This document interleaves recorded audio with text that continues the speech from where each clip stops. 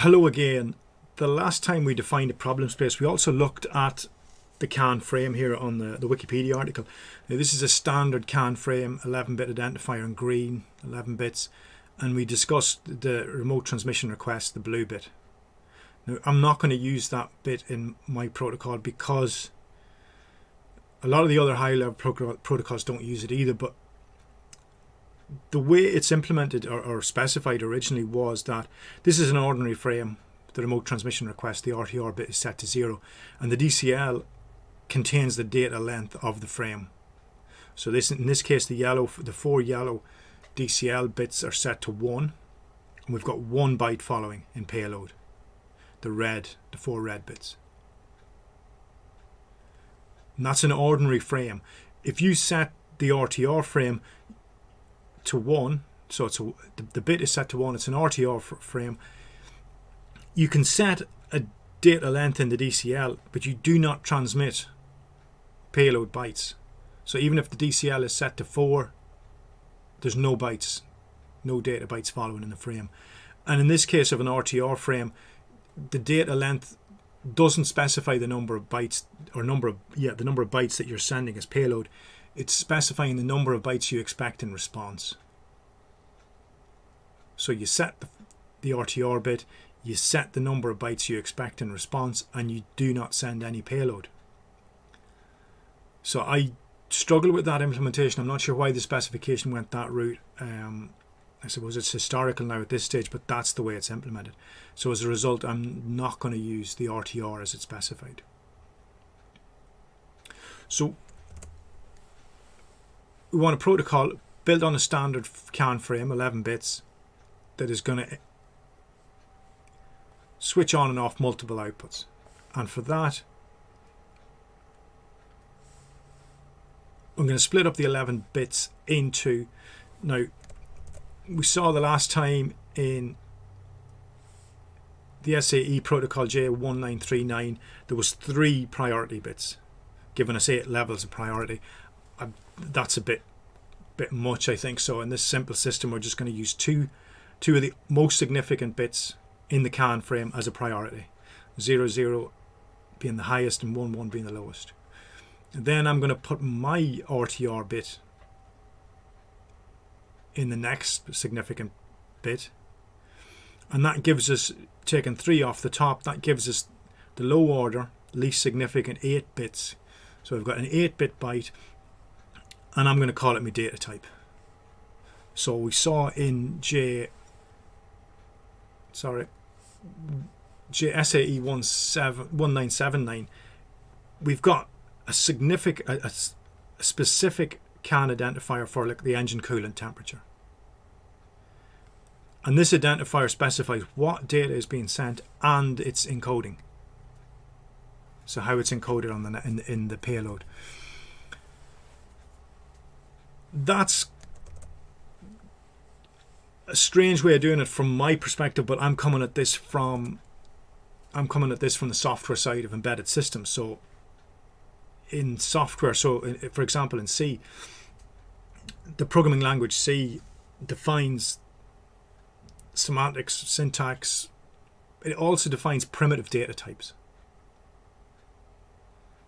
So in the case of embedded C, you had a very limited number of primitive data types. So you've got 8-bit byte is a char, or you could have a signed integer, 8-bit signed integer, or an 8-bit unsigned integer. So a uint8 type, an int8 type. You've got 16-bit values short. You could have a long. Now the 32-bit values, I'm dealing with embedded microcontrollers, very few of which will have a 32-bit register. So while some will have 32-bit arithmetic, it's generally done it's quite expensive, and it takes a few instructions because it's only working on a 16-bit register. But these are the limited. You've got floats and doubles as well in the C language, but you're only talking about a handful of primitive data types. The Boolean value, true or false, was only added in C99. So in the original standard, C never specified a Boolean type until C99. But those are the primitive data types. So I'm modeling this. I'm not this. The low order byte of my CAN identifier isn't specifying a particular piece of data. It's specifying a data type. So for example, if we go for an output message, so we want to send an output, a switch output. So if we assume the top 3 bits are 0,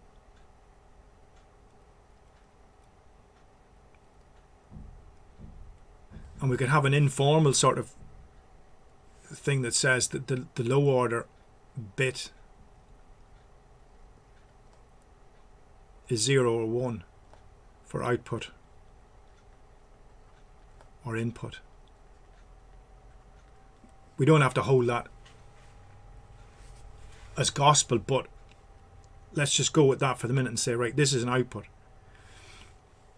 and we're going to encode the frames.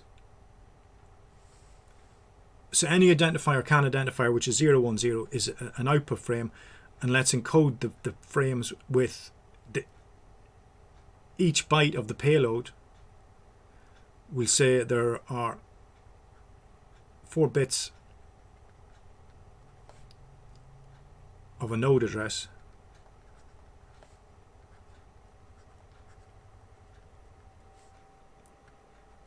three bits of a channel identifier, and then the remaining 1 bit is a status.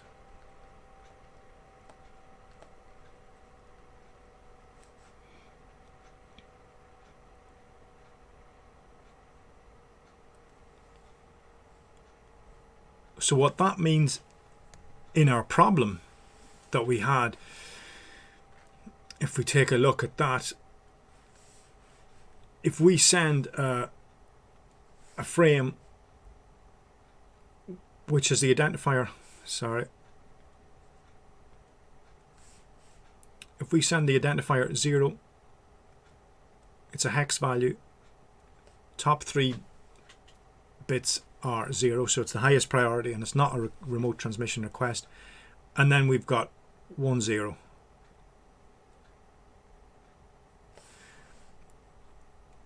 Now we'll have a DCL value, which is the number of bytes that are following in the payload. Now, because of the way we've specified, we've said each of the payload bytes, we're going to have 4 bits of a node address, 3 bits of a channel ID, and 1 bit of a status. Because this is an output frame,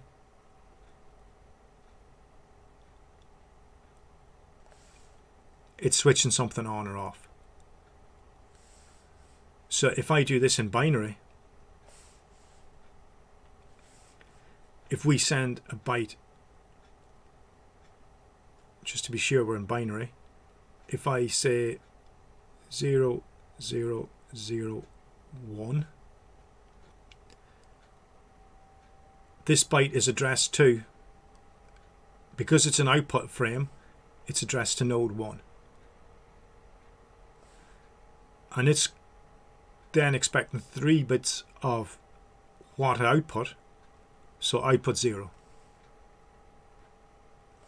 And then the status is 1.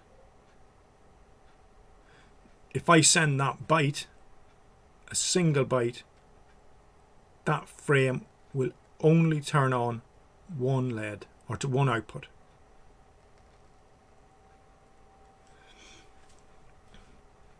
And the DCL would be set to 1.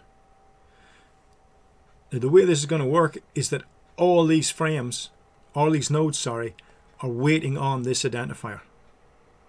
So each one of these 4 nodes is going to accept this message and look at the payload bytes. So node 1 is going to look at the first payload byte and go, oh, that's for me. Process that by turning on its output 1. Or output 0, Now node 2 is going to receive that frame, pass it up, look at the one single byte and just ignore it and say, well, that's not for me. That frame then is ignored. Now, if we tacked on this at the end of this another binary value, and it was 0010, now this second byte of payload is for node 2, and it's only got one output 0. So this second byte of payload is for node 2, channel 0 of its outputs, and turn it on.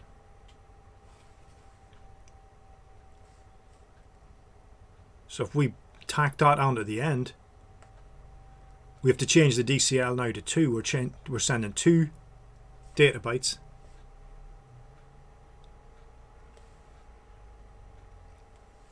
And each one of these nodes then, in this case, node 1 will receive this frame, process the first byte and accept it, turn on its 0 output. It will then process the second byte and say, well, that's not for me, it's for node 2. Similarly, we can add on. So if we send a frame to node 4, and it's got 2 outputs, so we could say output 1, and we'll turn it off.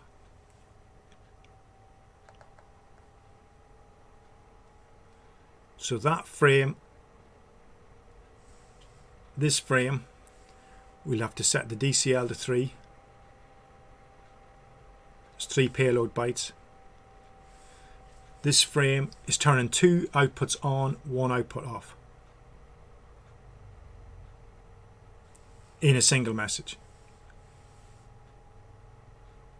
So because the CAN frame can have up to 8 payload bytes, we can turn on and off 8 outputs at the same time.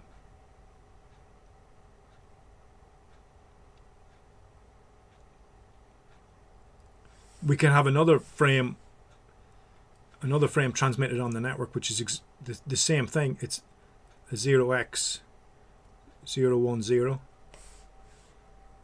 So it's again for switch outputs. And we could send it to, we'll keep this one easy and say, we'll encode this in hex and say we want to send node 1 output 0 off,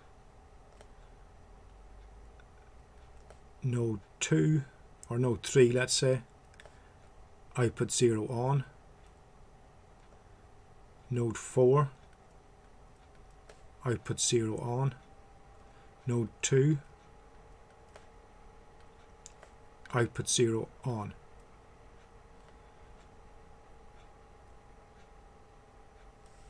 In this case our DCL is 4.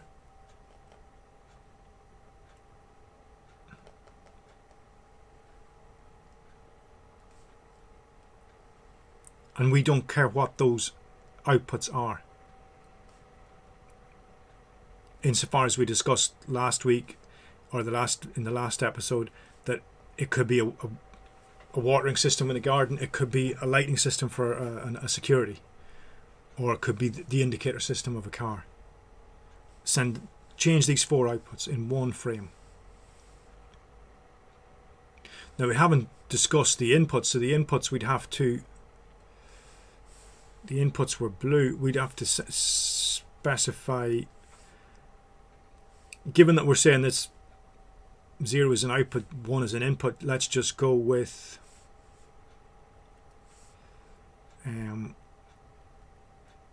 hex value. If we assume the top nibble is 0, 1 1 is an input, and again we can encode exactly the same way.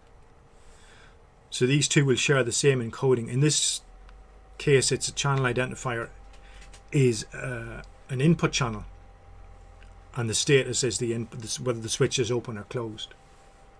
So if we go back to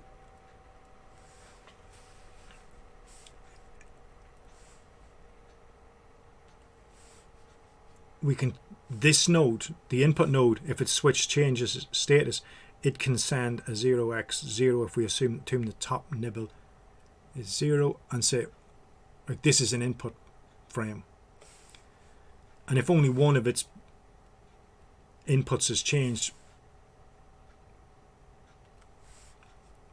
we'll have a DCL of 1, and this is coming from frame 1, or sorry, node 1. And let's say the second input, or input 2, so the third input, so we specify our input of 010, and it's changed status to on.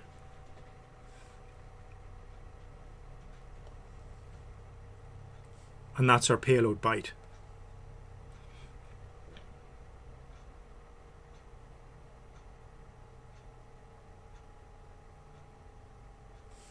So in the same way, I mean, this input node could send 2 status updates at the same time by changing the DCL and changing bytes or whatever, adding 2 bytes. Let's say it does that and say it sends this byte off. So that would be a hex value of 14. So input node 1, channel 2 has gone off, and it could also send a hex value of 1, 1, which would mean input node 1, channel 0 has gone on. So that's 2 bytes of a status update.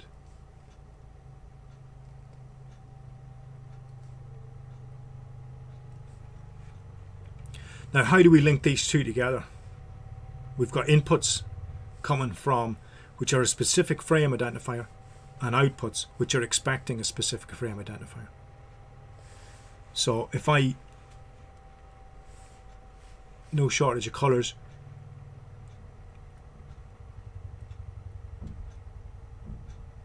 actually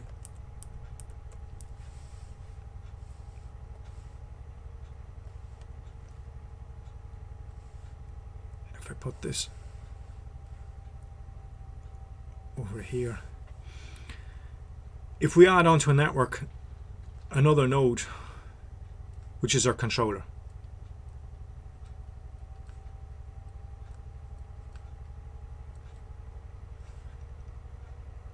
now it's listening for input messages and it's implementing the logic.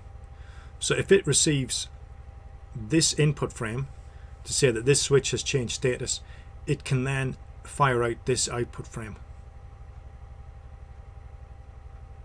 So if this switch changes status to on, we want all these 3 outputs to change. If we change the logic, we could say, well, we want these 4 outputs to change just by changing the logic in this controller. These inputs and output nodes, they have very limited processing and don't have to implement anything too complicated. All they look at is each payload byte and see should they process that byte and turn something on or off. And the controller, so the code in the input and output nodes should never really change, and they can go into a garden sprinkler system or a security lighting system or a car.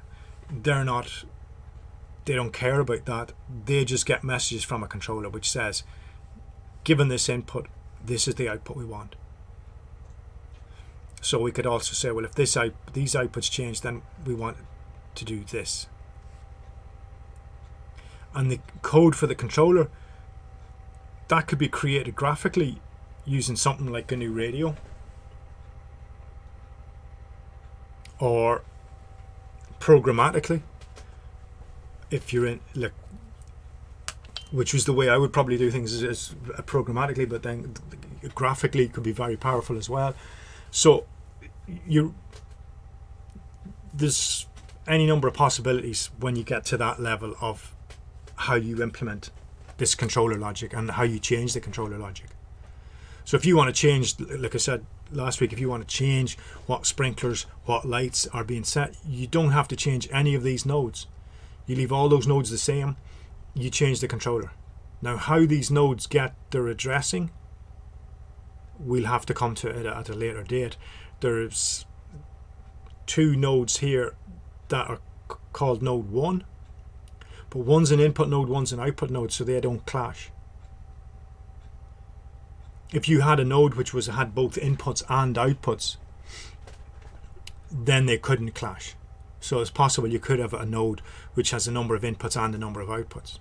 That's actually the case in the little board I soldered up, where there's LEDs and switches on the board I'm just using for test. So in the case of what we had last time in the SAE J1979 protocol, where each of the identifiers specify an engine load or something, a specific piece of information and its encoding. In this case we don't. We have any data which is on or off. It's all encoded the same way. The actual identifier describes the encoding. So anything with 010 is an output frame. It's going to be, the payload encoding is 431, and each payload element is the size of 1. Now we could add on another, that's limiting us to 128 possible outputs. Sorry, that should be inputs there, cut and paste. The same way that there's 128 inputs here. That might be limiting, but you could also add a secondary. So let's have 0x12 as being another.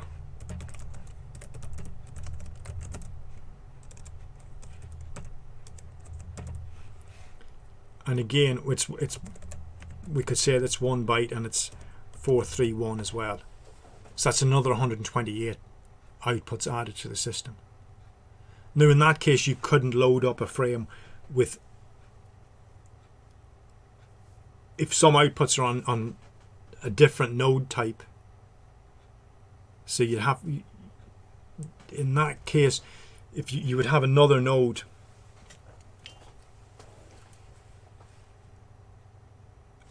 that would respond not to, you'd have another node 1, but it would only respond to this new message, the new identifier 0x12.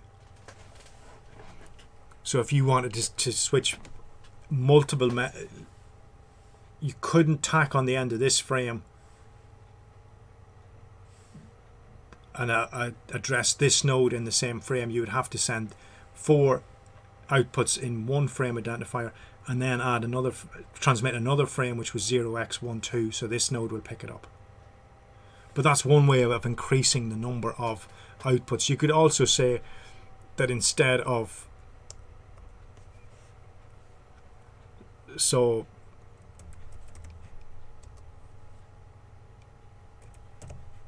can have another 16-bit.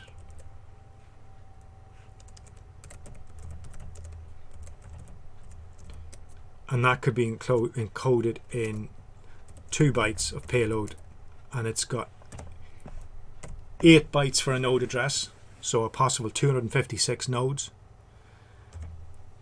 Sorry, 8 bits for a node address, 7 bits for a channel, so it can have 128 output channels, and 1 bit for the status.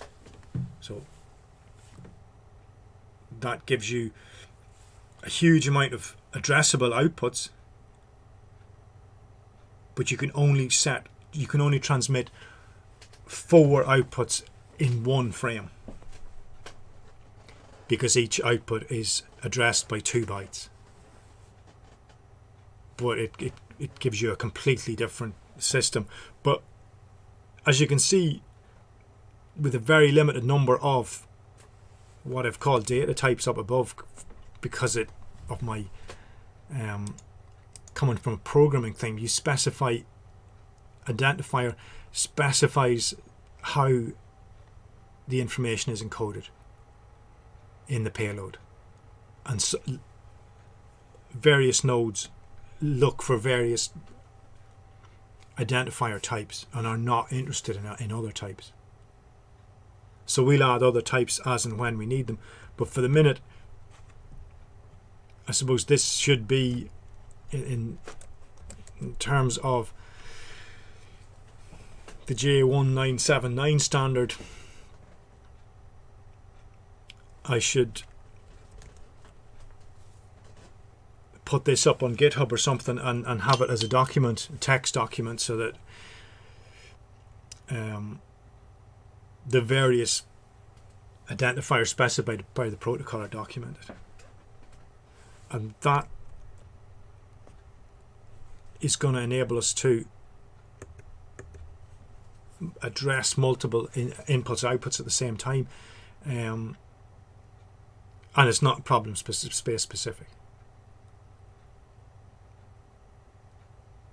I think I'll leave it there for the minute. This is just the initial scratching the surface of a protocol. We haven't defined yet how each of these nodes, get their address. So we will have to add management protocols so that a node knows what messages it should be responding to. Now at the minute we can hard code it for a start, but we'll have to add another protocol that will say you're node 1.